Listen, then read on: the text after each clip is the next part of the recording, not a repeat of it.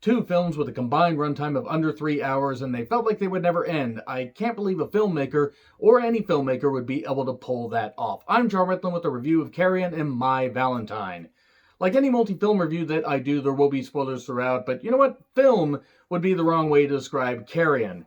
And it feels like every single actor that's in this movie was plucked from a different time period, a different dimension, and a different plane of existence. I mean, honestly, I have no idea how these characters interact at all. There's a woman named Carrion, yes, much like the title, who has been gone for 10 years. She interacts with her cousin very closely. Yes, very closely. That kind of close. And also she's searching for who killed her mother. It turns out it was this guy back in 1978, because the movie takes place in 1988, that killed her, and it turns out she's a product of assault, basically. And there's also this other couple, this heavy drinking guy that happens to be the son of this killer. And then also there's a very religious girl that's his soon-to-be wife. This movie makes no sense. Makes no sense whatsoever. The girl Carrion was gone for 10 years, and it turns out she was experimented on some Russian facility. So she's some Russian agent of death or of doom or of chaos, where she can basically kill a bunch of people just by being programmed by a satellite and two weird guys in a room with blinky, buttony lights and everything. And this movie is barely anything. It's barely anything. It's barely even like a first draft. I can't believe that this movie actually exists. And I saw it and was like, okay, you can make a short movie. Hell, Shudder did Host. That was like 55 minutes, and it wasn't all that bad. Wasn't great, but wasn't that bad. Check out my review if you'd like. But this was like 73 minutes, yet it felt like twice that long. That's a major accomplishment, and not in a good way. None of the characters interact well at all. There's weird lighting, weird stuff. We get weird flashbacks. Everybody seems to be acting completely different regardless of what scene they're in. I mean, like, at some points they're scared of somebody, and then they're doing this, and oh yeah, this girl fucks her cousin. I mean, right there, what the actual shit is going on? The weird religious undertones. The guy that killed himself in a lake and suddenly has come back. Maybe he's a product of this girl's imagination. I don't know. Carrion gets a goddamn F. It's fucking atrocious. If you ever watch this movie, let me know what you think. It's not even that the movie, I can't even call it a movie. It's a fucking pile of shit is what it is. It's a first draft pile of shit. So yeah, it gets an F. Now let's move on to My Valentine, which is apparently part of a Hulu original series called Into the Dark. Blumhouse TV has something to do with it. And you can tell this is the worst of Blumhouse TV, because these anthology movies have nothing to do with, one another. They're basically just unconnected anthology movies. And there's nothing wrong with that. You can have, filmmakers make a fun concept and everything and take some good stories, and maybe they could add their own spin on it for a few $1,000s.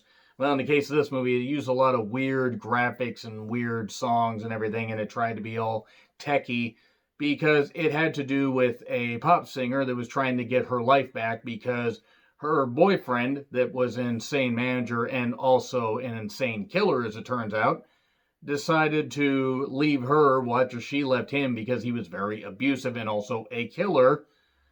He finds another woman and turns her into a carbon copy. Oh no, this ex-girlfriend stole all her stuff and everything, and it's really bad. It's really, really bad. You have the main character, Valentine, and you have the other one, Treasure, with Z's for Maximum Z and Maximum bullshit.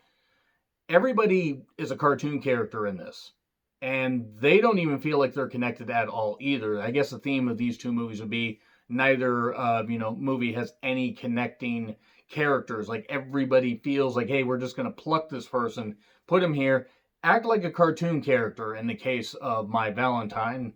And the guy keeps trying to win her back, but also he kills people after paying off the main bar guy that he flirts with because he wants to stop this, comeback tour from happening because otherwise all his hard work goes up in smoke, and it's really shitty. I can't even put into words how shit this is. I decide to watch some of these movies and these, bargain basement flicks, and sometimes I actually get surprised by movies I think I'm going to hate. I can't even find a way to really say anything other than you have a bunch of people yell at each other in a bar, a few people because they needed to, have a cheap set, and one person gets killed, another person gets killed. The boyfriend's clearly off his goddamn rocker. The pop, singers argue forever, and then one dispatches the other. Well, the new pop singer dispatches the boyfriend, but then says, "Oh no, I'm taking over your life and everything." And then she gets electrocuted in the pile of blood that happened to be there from the bandmate that got stabbed. Also, the fact that so many of these deaths were drawn out, and this 80-minute movie felt like it was at least 40 minutes longer. A major accomplishment, I will say. Just this movie's abhorrent. It is fucking abhorrent. I mean, I can't describe either movie any other way. That's all I'm gonna say right there. It gets an F. It gets a fucking F, and I have no problem with a TV series, anthology movie existing, because you can find some good ones. I saw a couple others that were from the last season, the first season. I don't remember when. One took place in a fucking school. I don't exactly remember what the name was. I know I reviewed it, and it wasn't awful. I think I gave it a D, but I mean, I'd have to go back and look at it. But I remember watching one and thinking, okay, it's not that bad. And I think I even watched another one, which was okay. But yeah, Hulu sometimes will have some good stuff, but this was not one of them. My Valentine gets a goddamn F. It really does. This was fucking atrocious. Let me know what you guys think in the comments if you've seen either of these movies. If you have, I'm very fucking sorry. Like, share, subscribe, Twitter handle in the description. I'm John Retlin. I'll see you soon.